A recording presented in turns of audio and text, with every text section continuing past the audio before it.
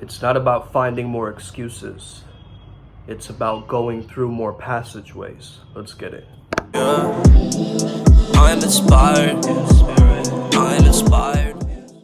A lot of you think the universe is rejecting you, but it is just reflecting you. You feel like, oh, I don't have enough money, and then you lost your job. The universe gave you an opportunity to get a better job with better money or to change your circumstance, but you choose to think that the universe is rejecting you. My friend, the universe just gave you an opportunity, okay? Just something to think about while I take my cold shower. Namaskaram, Flow State Jedis, and Flow Mistake. How's it going? My name is Sumed Chatterjee from the Flow Zone Academy. I'm a specialist of the flow state, okay? Which means that I help you feel better and perform better. Yesterday, I did some MMA when I said that I wasn't going to.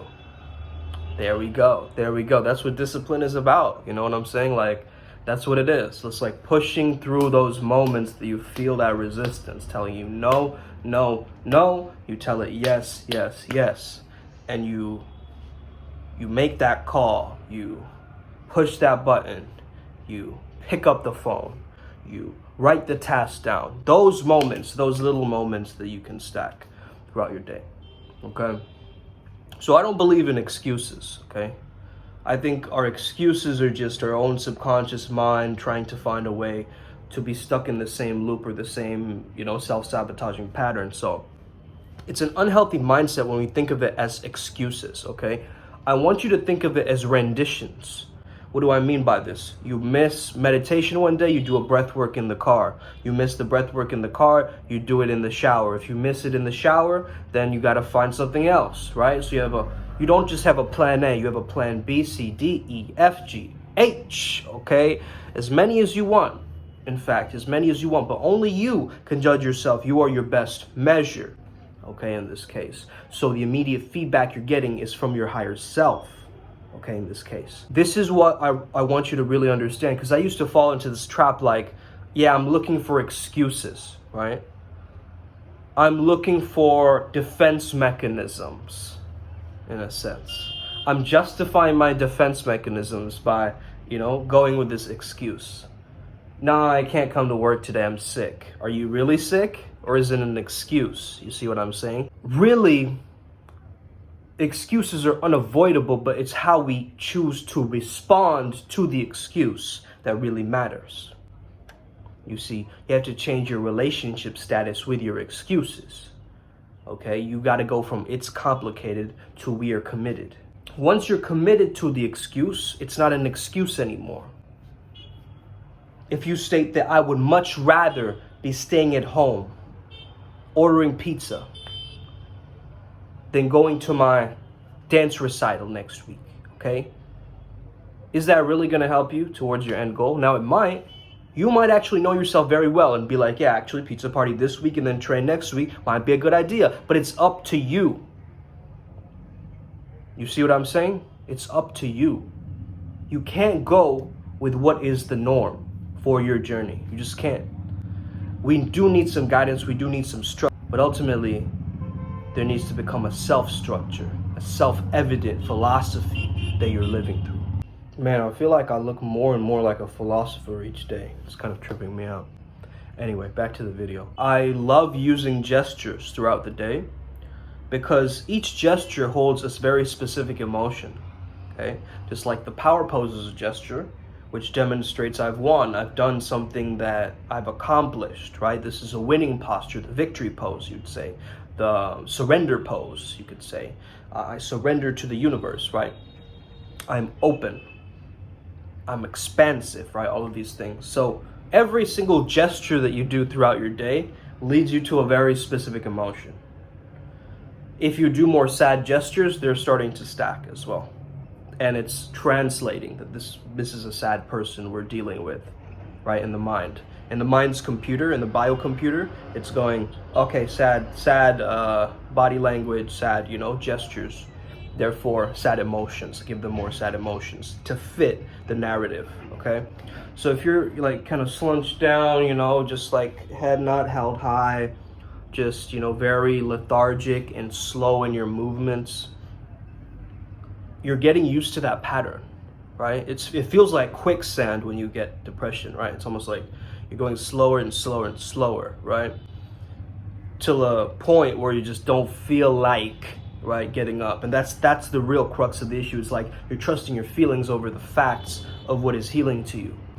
We will overrate our emotions and underrate our capabilities of dealing with those emotions, right?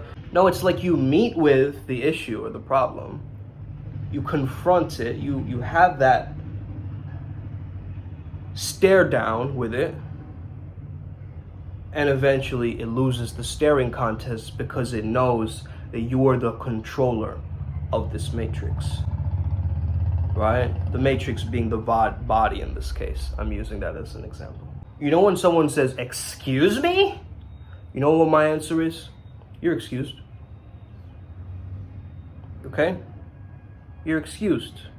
Because why else would you make a proclamation to be excused? It's a proclamation. Excuse me? It's not like, excuse me. That's a different frequency. Excuse me. But excuse me has a different tonality shift, which creates a new quantum universe. So every single tonality creates a different universe for you. When you're talking with somebody and they're talking in a very fiery tone, and you stay at that fiery tone, eventually your whole house is on fire. Okay, metaphorically. Because you've gone yelling around the house with that fiery tone, with that fiery person. You might as well be doing a fire ritual and setting up pyromechanics in your home, because that's what's going on, you see. You need some smoke, you need some water, you need some ice, you need other elements there in your communication. What is an icy or cold communication? It's very cold, okay? Sometimes we do need that cold communication at moments, right? It's not like absolute zero. You got to play around with your tonality, okay? So cold communication, and we have a fire communication. Water communication is very soothing. It's very calming. Earth communication is very grounded. It's down to earth. It's very practical. Then you might also have ether communication, which is very expansive. You're talking about great and grand ideas and things like this, okay? It's very up in the mind, like different ideas and imagination, and different communication stream, different elements. So when someone's going fire, how can you fight fire? You can't fight fire with fire. You got to use water. So you got to use a consoling or caring tone at them. Listen, I understand you're stressed out right now. And they go, huh? Hey. Yeah. You caught them.